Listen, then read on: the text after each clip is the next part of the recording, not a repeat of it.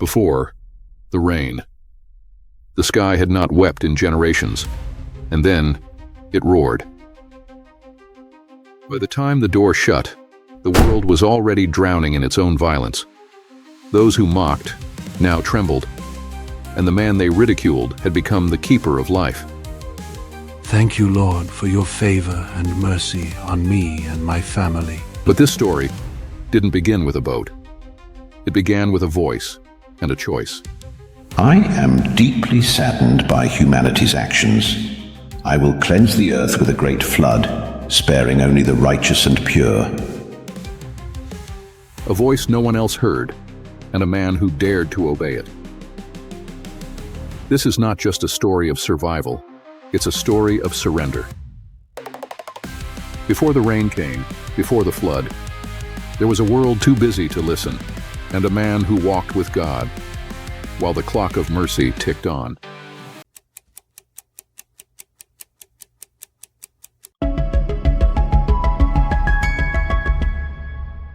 In the days of Noah, before the flood that cleansed the earth, the world was not silent. It screamed violence.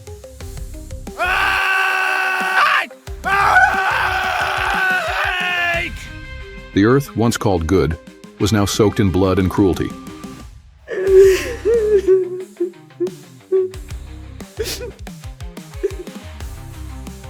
Mankind, once made in the image of God, now bore the likeness of monsters. And monster walked among them. Giants, the offspring of fallen angels and the daughters of men, ruled the land with violence and pride. Men worshipped themselves. The strong crushed the weak. Justice was a fading breath. But in the gathering darkness, one man still walked with God. One man, old, humble, obedient, heard the voice of heaven when the world had stopped listening. His name was Noah.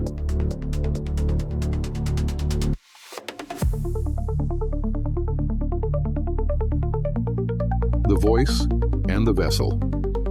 While the earth buckled under the weight of its own corruption and sin, there was one man, still steadfast, faithful. Noah. He did not build temples to idols. He did not feast while the hungry starved. He did not raise his hand in violence to prove his worth. He listened when no one else remembered how. He walked when the rest of the world had fallen to violence and immorality. And in the silence between thunder,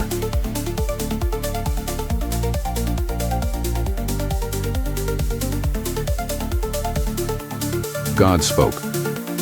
Noah, build an ark to save yourself and your family. Make it 450 feet long, 75 feet wide, and 45 feet high. It wasn't just a boat. It was a lifeline, carved in obedience, measured in mercy and grace. I will bring a flood of waters upon the earth, a mighty surge that will wash away all flesh that breathes under the heavens. Every living thing will perish. The world as you know it will be no more. Judgment was coming, not with a whisper, but with a roar.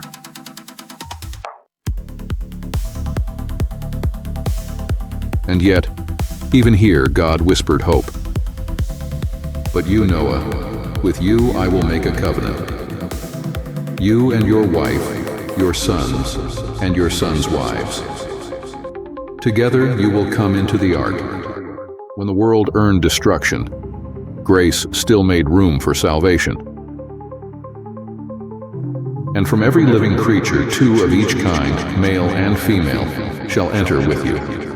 Birds of the sky, beasts of the field, creatures that crawl upon the earth. They will come to you, Noah, that they may live.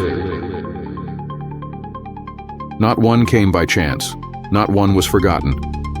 Even the smallest was seen by God. Take food, all that is good to eat, and gather it in, not only for you, but for them." And Noah did everything exactly as God had said. Every word, every measure, every step. He obeyed fully, faithfully, without delay. And Noah rose, not with fear, but with faith. He stood where there had been nothing, and now, faith would form something eternal. His wife stood just behind him, not to build, but to believe. The sons would lift the beams, but the women ensured they never labored alone. Day by day they worked beneath the sun. Noah drove pegs. His sons moved in rhythm, and the women gathered, steadied, and restored. Not builders of boards, but keepers of strength. With words, with water, with watching hearts. The work was hard, but they were not alone. And those who laughed did not understand, for obedience does not wait for applause. They did not raise the frame, but they helped hold it steady. And so a vessel began to rise, not of pride, but of promise, not of power, but of purpose. And a family stood behind it, one in heart, if not in hand. And soon, a form began to rise, a vessel not of man's pride, but of God's mercy.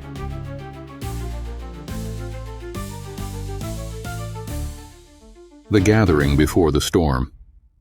Noah was 600 years old when the floodwaters finally came upon the earth. He went in, Noah, with his sons, his wife, and his sons' wives beside him, all of them together.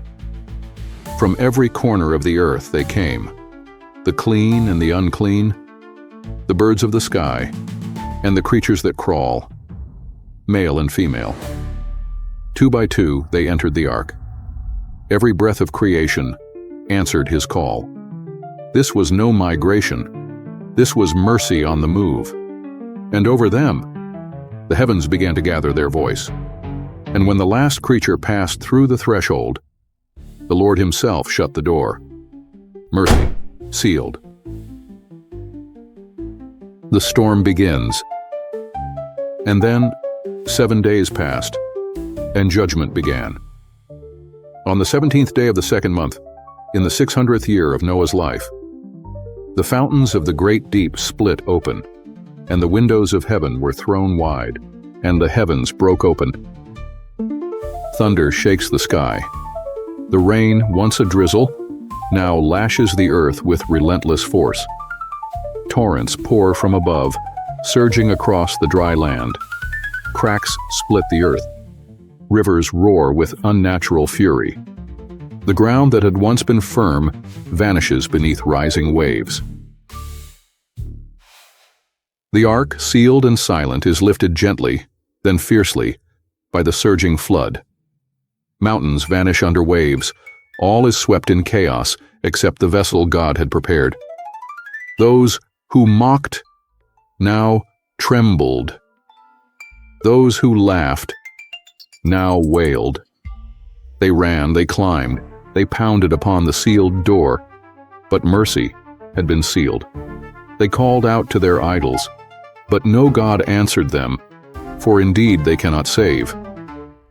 The giants who ruled by terror now shouted to the heavens, and found no voice answered them. But inside the ark there was no fear, only gratitude and prayers. The vessel rose, not by might, but by grace, and symbol of judgment and mercy rode upon the waters, and the waters rose. For 40 days and 40 nights, the flood covered the earth. Inside they waited, not knowing when it would end. Noah remembered the promise, even when the skies remained silent. And then the rain stopped. Stillness, like none the world had known. And God remembered Noah, not because he had forgotten, but because the time had come to act on the promise. The heavens stilled, the waters began to retreat, What once consumed the world now started to slip away beneath the breath of God. Inside the ark, Noah waited. His eyes, aged with faith, searched the horizon for a sign that mercy had begun to bloom. And so he opened the window and released a raven, a creature of the sky sent to search the earth from above. The raven soared through the silence, but returned with no answer. The world below was not yet ready. Then Noah took a dove, gentle, humble, and let it go into the unknown, into the stillness of judgment fading. It fluttered but found nowhere to land, and so, once more, the skies were silent. 7 days passed, days of prayer, of waiting, of remembering the voice that called them into the ark and the promise that followed.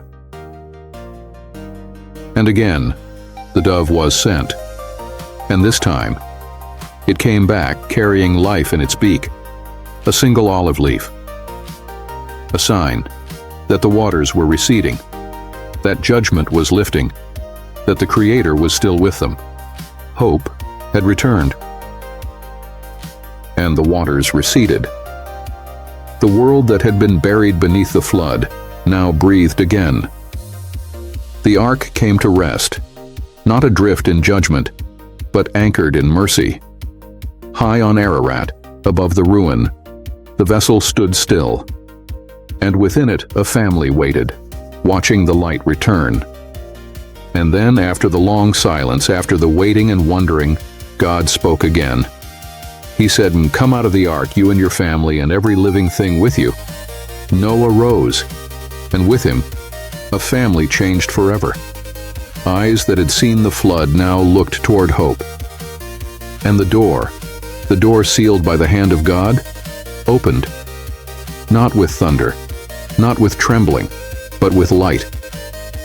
And Noah stepped into a world reborn, not the world he had left, but one washed clean by judgment and mercy. And from the ark came the creatures of God, in pairs, in peace, in perfect order, walking into the light of a new dawn. And Noah built an altar, not to ask for more, but to give thanks for what had been spared. And the Lord said, "I establish my covenant with you. Never again shall waters become a flood to destroy all life. This is the sign I give to you, to all generations." And the rainbow appeared, not as a decoration, but as a divine signature. It stretched from mountain to sea, as if heaven and earth shook hands. Noah's journey had ended, but God's story had only just begun. The earth was clean, the promise was sealed, the covenant was spoken in color and light. A new world had begun, not with thunder, but with grace. This is the legacy of Noah, not a man who built a boat, but a man who trusted a voice. And so the covenant remained, for every storm, a sign of mercy. What will your legacy be? When the rain comes,